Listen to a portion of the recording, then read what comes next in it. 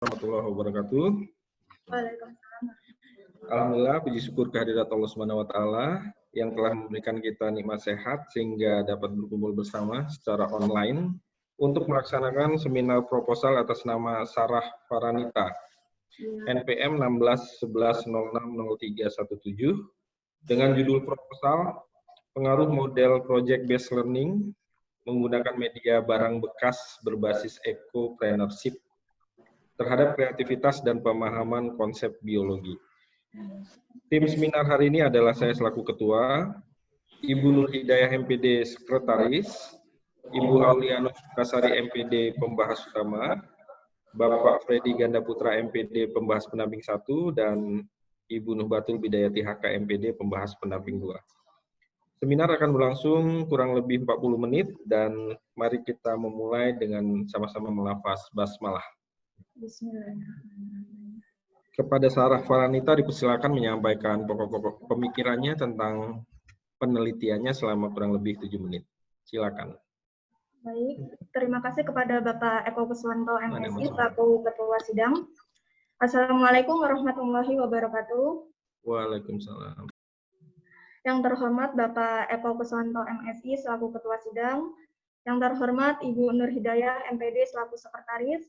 Yang terhormat Ibu Aulia Novitasari MPD selaku Pembahas Utama.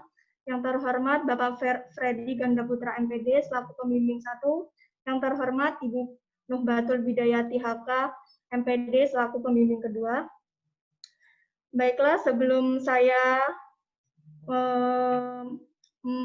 sebelumnya saya akan memperkenalkan diri dulu. Nama saya Sarah Faranita, NPM 1611060317. Di sini hari ini saya akan mempresentasikan proposal saya yang berjudul Pengaruh Model Project Based Learning PJBL menggunakan media barang bekas berbasis ecopreneurship terhadap kreativitas dan pemahaman konsep peserta didik.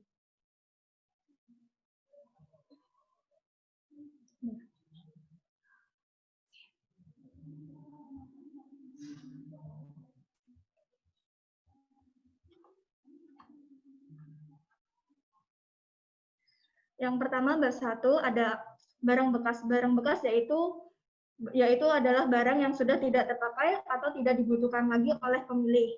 Akan tetapi, barang tersebut belum tentu tidak bisa digunakan lagi.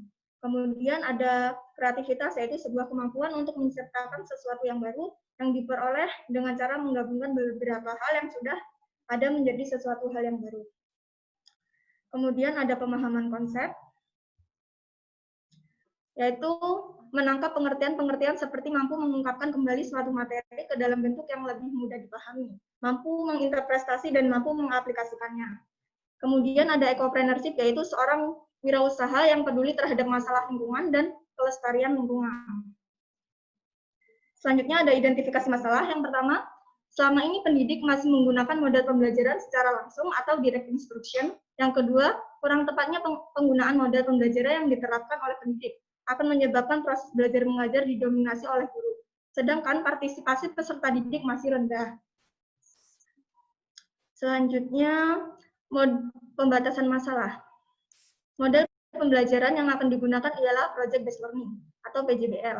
Menurut Thomas dan Kandi menyatakan bahwa model Project Based Learning atau PJBL yaitu pembelajaran berbasis proyek, di mana pendekatan pembelajaran ini merupakan pembelajaran yang inovatif, di mana model ini lebih menekankan pada belajar kontekstual melalui kegiatan-kegiatan yang kompleks. Berdasarkan The George Lucas Educational Foundation, model pembelajaran PJBL ini memiliki langkah-langkah sebagai berikut. Yang pertama, penyajian permasalahan. Yang kedua, membuat perencanaan. Yang ketiga, menyusun jadwal. Yang keempat, menyelesaikan proyek dengan fasilitasi dan memonitoring guru. Yang kelima, menguji hasil. Dan yang keenam, evaluasi proses. Pembatasan masalah. Kreativitas peserta didik diukur dengan indikator sebagai berikut, yaitu rasa ingin tahu, bersifat imajinatif, merasa tertantang untuk kemajuan, berani mengambil resiko, serta sifat menghargai. Sedangkan pemahaman konsep itu sendiri diukur dengan indikator sebagai berikut, menafsirkan, mencontohkan, mengklasifikasi, menjelaskan, membandingkan, menyimpulkan, dan merangkum. media yang digunakan adalah barang bekas. Selanjutnya ada rumusan masalah.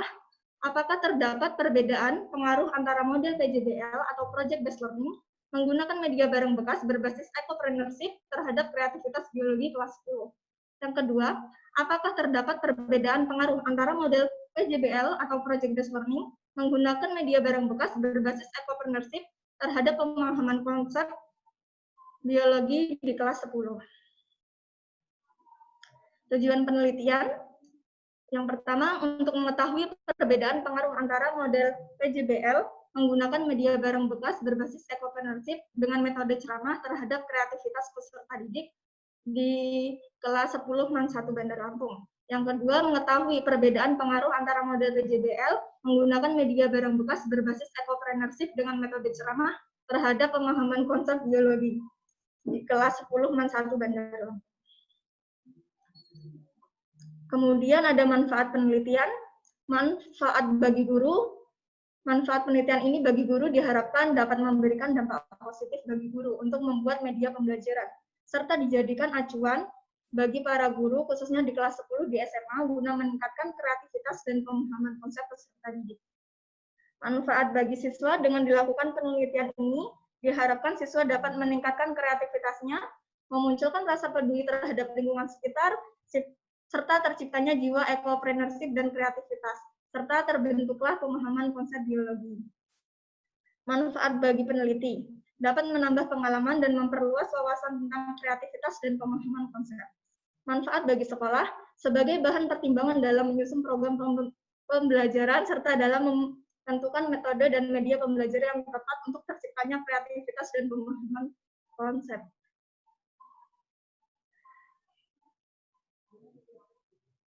Yang selanjutnya ada ruang lingkup penelitian. Yang pertama, adapun objek penelitian ini yaitu pembelajaran biologi dengan menggunakan model PJBL, menggunakan media barang bekas berbasis ecopreneurship untuk meningkatkan kreativitas dan pemahaman konsep. Adapun subjeknya kelas 10 MAN 1 Bandar Lampung, tempat penelitiannya di MAN 1 Bandar Lampung, waktunya akan dilaksanakan pada bulan April semester genap tahun ajaran 2020-2021. Yang selanjutnya ada bab 2, landasan teori. Pada kurikulum 2013 ini, lebih mengutamakan kepada 3 ranah sikap, yaitu sikap spiritual, sosial, dan pengetahuan, serta keterampilan. Di mana ketiga ranah sikap ini akan dibungkus menjadi suatu pendekatan, yaitu pendekatan saintifik. Nah, di dalam pendekatan saintifik ini terdiri dari 5 pengalaman belajar, yaitu mengamati, menanya, mengumpulkan data, mengasosiasi, serta mengkomunikasikan. Nah, untuk meningkatkan kreativitas peserta didik, maka dibutuhkan yang namanya model pembelajaran yang tepat. Oleh karena itu, peneliti menggunakan model PJBL menggunakan media barang bekas berbasis ecopreneurship untuk menghasilkan sebuah produk yang akan meningkatkan kreativitas dan pemahaman konsep. Selain itu, peneliti juga ingin menumbuhkan rasa jiwa ecopreneurship terhadap peserta didik. Yang selanjutnya, bab 3, metode penelitian. Jenis penelitian kuantitatif, populasinya seluruh peserta didik kelas 10, sampelnya kelas 10, MIA 5, dan MIA 6 menggunakan teknik cluster random sampling. Teknik pengumpulan datanya ada wawancara, tes, angket, serta dokumentasi. Instrumen penelitiannya, tes, angket, wawancara, dan dokumentasi. Selanjutnya ada analisis uji coba instrumen penelitian, yaitu yang pertama ada uji validitas, yang kedua ada uji daya beda, yang ketiga uji reliabilitas, dan yang keempat uji tingkat kesukaran. Teknik analisis datanya, yang pertama uji normalitas, yang kedua uji homogenitas. Uji hipotesisnya menggunakan uji Manova. Sekian presentasi dari saya. Terima kasih. Selanjutnya saya kembalikan kepada Bapak Eko Kuswanto, MSI selaku Ketua Sidang. Terima kasih, Sarah. Ini riset menarik, temanya tentang PJBL. lalu ekopreneurship.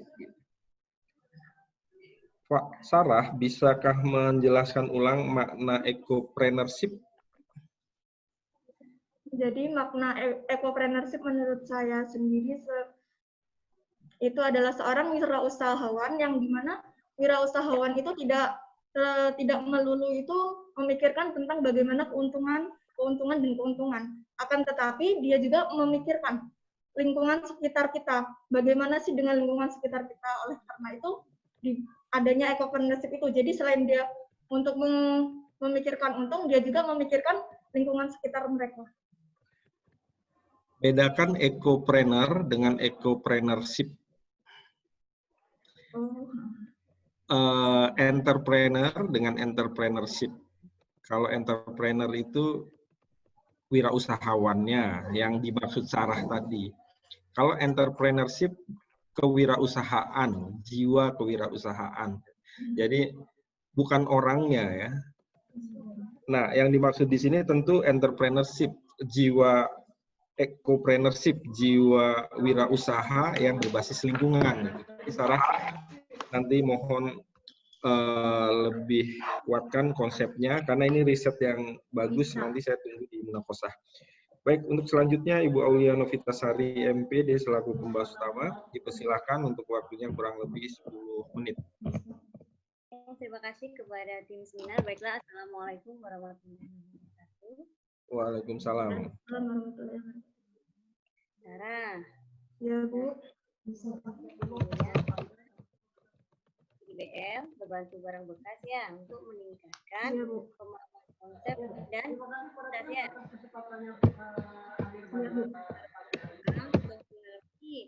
Kuliah dari halaman 4 sampai halaman 7 itu sampah semua yang dibahas ya. Padahal kan variabel terikatnya pemahaman konsep ya.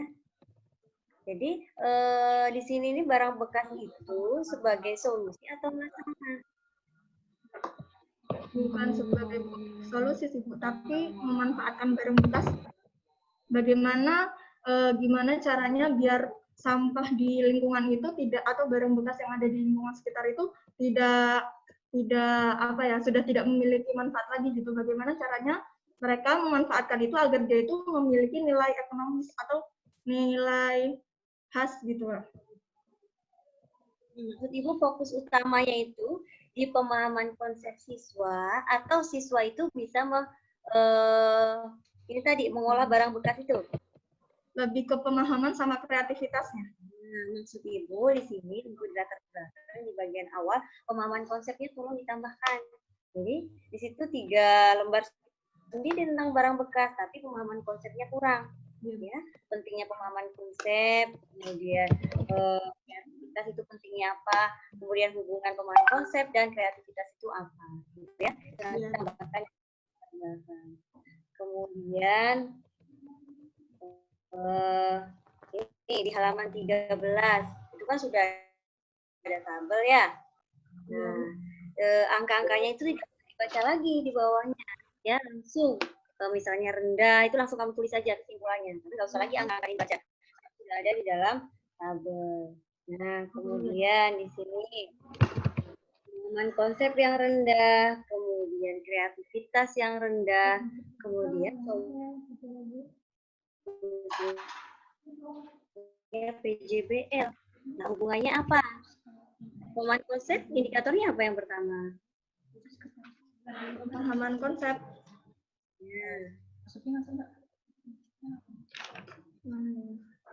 Pemahaman konsep yang pertama itu dapat menafsirkan, kemudian mengklasifikasi, banyak uang, kemudian menjelaskan, membandingkan dan menyimpulkan dalam kali ini. Gila, semua sama kali. Kemudian alasan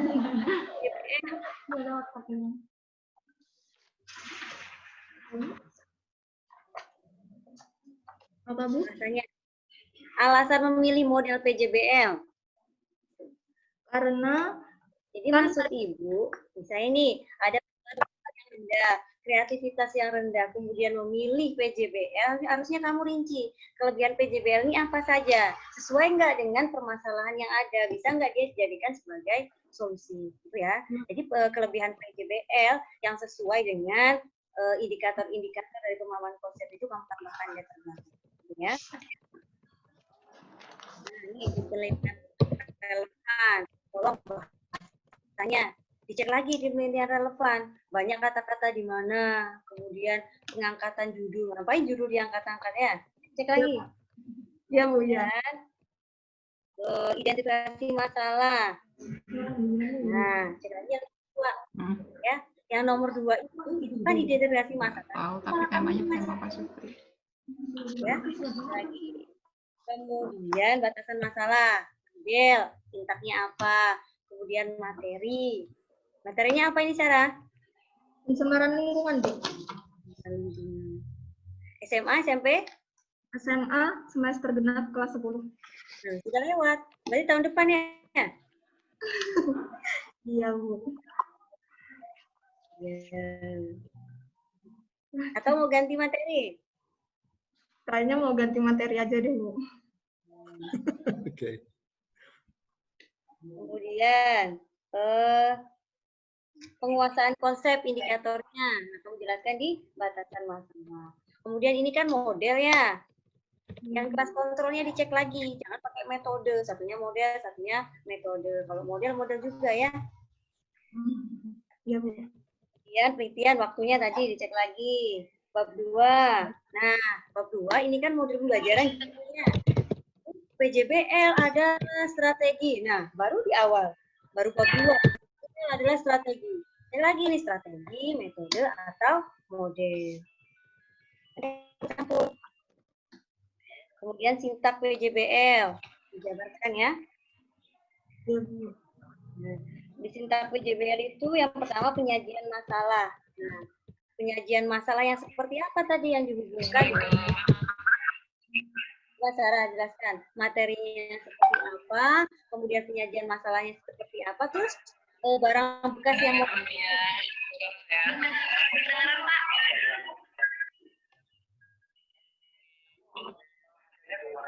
Jadi, suaranya bagus.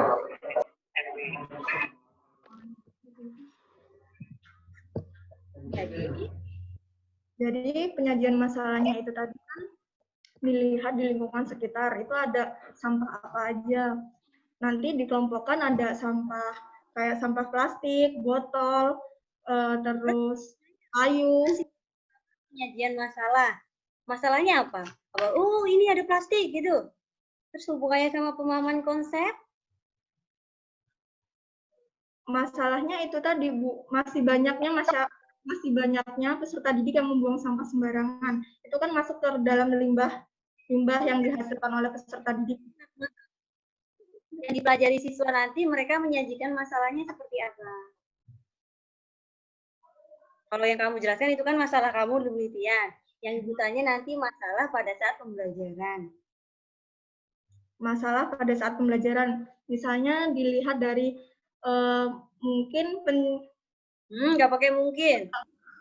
Dari misalnya ada air yang tercemar, dilihat bagaimana itu, dari mana pencemaran airnya, terus bagaimana dengan akibat dari pencemaran. Barang bekasnya kemana? Barang bekasnya nanti bisa kita cek dengan misalnya melakukan praktikum. Kan itu tadi kan ada limbah, misalnya rumah tangga dibuang ke apa? Aduh, putus-putus. Kan itu tadi. Nah, nanti kan di praktikumin kita ke praktikum biar nggak terjun langsung ke lapangan, kita bisa menggunakan barang bekasnya, misalnya toples bekas atau dengan barang bekas ini tadi kurang sesuai yang Ibu lihat di proposal kamu. Kayak tadi kamu sebutkan air, kemudian barang bekasnya apa yang mau dibuat? toples. Ya. Untuk penyaringan air. Enggak jelas. Lagi ya. Kemudian hubungan pemahaman konsep dengan kreativitas. Nah, kemudian metode pengumpulan datanya dijabarkan. Jangan tes adalah, wawancara adalah, langsung tesnya apa nih bentuknya, wawancaranya apa yang diwawancarai, angket apa, gitu ya. Kemudian nih di tabel 3.3, catatan lapangan, dokumentasi, kemudian mengajar, itu dikerjakan semua dengan oleh peneliti. Yakin kamu? Sudah dokumentasi sendiri, ngajar sendiri, catatan lapangan sendiri, megang HP gini ya sambil ngajar. Dicek lagi ya. Kemudian tabel 3.5, 03 apa ini? 030 nih, sukar, sedang. Itu sukar apa sedang? 30 itu loh. Sukar masuk, sedang masuk, apa sedang sukar? Cek lagi ya. Uji normalitas, kriterianya dicek. Nah ini nih, halaman 70. Signifikansi lebih besar dari A. H0 diterima, signifikansi lebih kecil dari A, H1 ditolak. Nah, sama. Jadi kalau misalnya signifikansi lebih besar dari A, apa itu jawabannya? Diterima. Halaman 70. Nah, di daftar pustaka, ini nggak ada sama sekali buku. Padahal kalau seminar tuh di kanannya biasanya ada tumpukan buku, ya. Iya, Bu. Tambahkan ya. Ya, Bu, baik. Kalau bisa, ya daftar pustakanya 5 tahun terakhir. Ya, saya rasa cukup. Saya kembalikan ke teman. Baik, terima kasih Ibu Aulia Novitasari MPD atas saran masukannya untuk sarah agar risetnya lebih terarah. Selanjutnya kepada pembahas pendamping 1 dan 2, Bapak Freddy Ganda Putra MPD dan Ibu Nur Batul Bidayati HK MPD. Dipersilakan untuk masing-masing waktunya 5 menit. Oke, terima kasih. Assalamualaikum warahmatullahi wabarakatuh. Sarah Faranita. Saya mendengarkan pembahas utama kamu banyak itu ya, banyak masukan juga ya. Jadi ada sesuatu yang tidak bisa dibuat ecopreneurship. Ecopreneurship itu apa dulu sih? Saya pengen tahu. Itu wirausahaan. Jiwa kewirausahaan. Yang lebih memperhatikan lingkungan sekitar. Contohnya? Contohnya misalnya kita ada nih barang bekas, misalnya ada botol. Gimana caranya kita menggunakan botol itu biar botol itu bisa menjadi sesuatu yang memiliki nilai ekonomi. Misalnya botolnya bisa kita bikin menjadi vas bunga atau good. Itu bagus. Sekarang di riset kamu tuh rencananya mau buat apa aja? Dan dari barang bekas seperti apa? Apakah semua barang bekas bisa digunakan atau kamu batasi? Pokoknya saya batasin, Pak. Kayak misalnya ada dari sampah plastik, terus ada kertas, kaca, besi. Nah, nanti dibagi kelompok. Nah, di kelompok itu nanti akan mendapatkan satu itu barang bekasnya. Jadi terserah mereka mau dibikin apa nanti. Hubungannya dengan kreativitas sudah jelas, saya juga oke lah ada kreativitas. Tapi kalau dengan pemahaman konsep itu ada hubungannya enggak? Materi apa? Nah, nanti mereka presentasiin ke depan kelas tentang produk mereka itu. Jadi harus dikaitkan dengan materi yang akan materi yang diajarkan. Oh, berarti pengaruh model PBL ini itu, bentar, saya masih bingung nih. Berarti PBL dengan media barang bekas, berarti barang bekasnya kamu bawa sendiri atau memang yang ada di sekitar sekolah? Peserta didiknya yang membawa sendiri. Oh, jadi, terus berbasis ecopreneurship. Ya. Berarti di barang bekas media yang mereka buat nanti itu, berarti bukan menggunakan media barang bekas. Kalau menurut saya media barang bekasnya kan belum dibuat. Ya kan, begini saja. Pengaruh PBL berbasis ecopreneurship. Nah, ecopreneurship-nya di mana? Diterangkan di latar belakang, diisi proposal saja.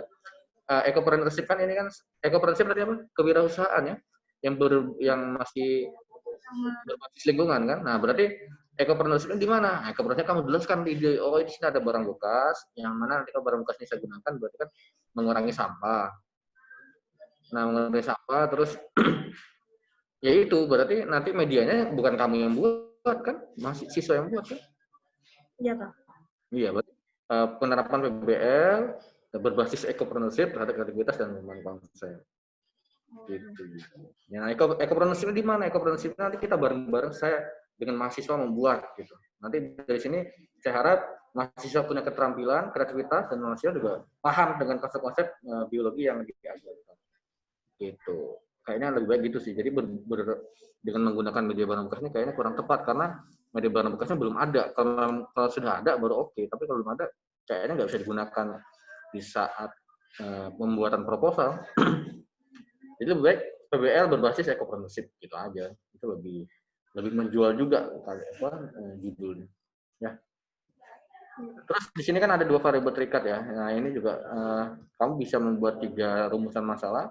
Yang pertama rumusan masalah variabel bebas terhadap variabel terikat 1, variabel bebas terhadap variabel terikat 2, variabel bebas terhadap secara bersamaan terhadap kreativitas dan kemampuan. Kayaknya bisa dibuat begitu. Dan ini kan masih masa pandemi ya. Emang kamu mau ke sekolahan beneran? Enggak, Pak. Loh, terus? Pakai aplikasi daring sekarang mungkin kemungkinan akan menggunakan aplikasi seperti Google Meeting ataupun kalau enggak pakai Zoom. Oke, berarti bagaimana cara kamu untuk menimbulkan jiwa ecopreneurship itu? Ada nggak syarat-syarat yang harus dilakukan oleh si peneliti agar, oh iya ini PBL dengan ecopreneurship ya kayak gini nih, gitu. Ada bedanya PBL saja dengan PBL dengan ecopreneurship. Itu harus ada bedanya. Apa kira-kira perbedaannya mencolok di situ?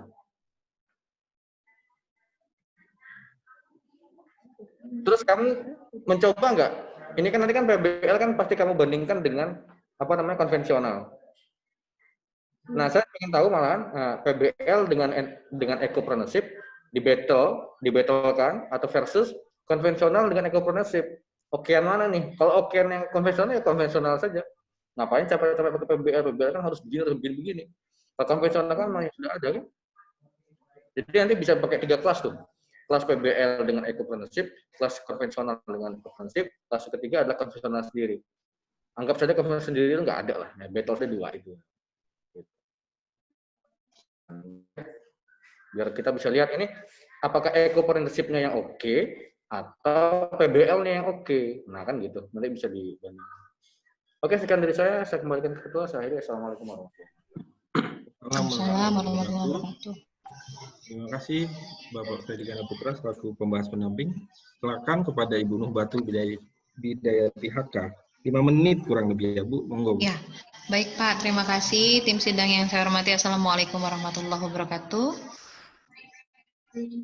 Oke, Sarah, sehat ya? Sarah ya? Sehat, oke. Jadi nanti gini, sepakat sih sama Pak Freddy ya, masukan dari Pak Freddy, kemudian masukan dari Bu Aul. Artinya penggunaan barang bekas itu tidak jadi fokus khusus di bagian judulnya. Jadi itu dihilangkan saja, kita terpusatnya di berbasis ecopreneurship tadi. Nah, Sarah harus mampu membedakan apa sih ecopreneurship, pendidikan kewirausahaan berwawasan lingkungan. Bagaimanakah itu diterapkan nanti sama siswa pada saat proses daring ini? Oh, dengan cara menggunakan model project based learning ya. Artinya, nanti materi itu kalau ganti adalah materi-materi yang tentang lingkungan yang dipilih. Kan ini kalau nggak salah digenap ya kemarin ya, Sarah ya? Kita tidak terkejar, terus nanti dialihkan ke ganjil. Nah, itu harus sudah dipikirkan kira-kira yang mampu untuk menumbuhkan wawasan lingkungan untuk anak itu apa. Gitu ya, karena di sini ada pengaruh dari entrepreneurial skill. Ya, di dalamnya itu ada kemampuan tentang akademis dengan kemampuan kreativitas. Nah, tadinya kan gini, artinya pemahaman konsep itu ditambahkan untuk menopang dari kemampuan kreativitinya anak. Nah, nanti kita coba diskusi lagi di luar forum bahwa dari entrepreneurial skill itu saja itu sudah mencakup kemampuan kreativitinya anak dan kemampuan dari kreativitasnya anak. Jadi artinya kamu bisa memberikan tes kreativitas sekaligus mengamati angket kreativitinya anak pada saat proses project based learning itu tadi berjalan. Nah, ini kontrolnya harus kuat ya Sarah ya. Artinya di situ nanti kamu bagi kelompok-kelompok kecil. Kelompok-kelompok kecil karena ini outputnya adalah produk yang dihasilkan. Ya, karena di sini project based learning. Jadi output dari masing-masing kelompok itu tadi. Nah, saran saya coba nanti dilihat media-media e-learning apa yang bisa dipergunakan untuk bisa membagi kelompok-kelompok kecil. Kalau sanggup anaknya mempergunakan Zoom dengan tidak ada masalah apapun pada saat proses pembelajarannya nanti di kelas, ya silahkan saja mempergunakan Zoom atau Google Meet. Tapi kalau nanti difasilitasi dengan sekolah mempergunakan e-learning, lakukan pakai e-learning. Kalaupun nanti pun e-learning masih banyak kendala, gunakan platform apa yang lebih mudah diterima dengan anak dan bisa ini mengamati kelompok-kelompok kecil di dalamnya. Gitu, karena di situ ada tagihan produknya. Ya, gitu ya Sarah ya. Nanti diskusi lagi di luar forum untuk perbaikan dan masukan dari pembahas utama maupun pembahas pendamping satu. Saya kembalikan lagi Bapak. Assalamualaikum warahmatullahi wabarakatuh. Waalaikumsalam warahmatullahi wabarakatuh. Terima kasih. 2 menit tersisa sebelum shutdown otomatis dari aplikasi ini. Tapi kita tunggu coba semenit benar-benar nggak kita di shutdown oleh aplikasi ini. Tim seminar, terima kasih Bu Aulia Novitasari, Pak Freddy Gana Putra, Ibu Nubat Bilatiri HK, dan Ibu Nur Hidayah. Terima kasih atas bantuannya untuk menyukseskan seminar Sarah. Sarah selamat merevisi dan melakukan riset secepatnya. Dan mari bersama kita akhiri dengan melafaz hamdalah.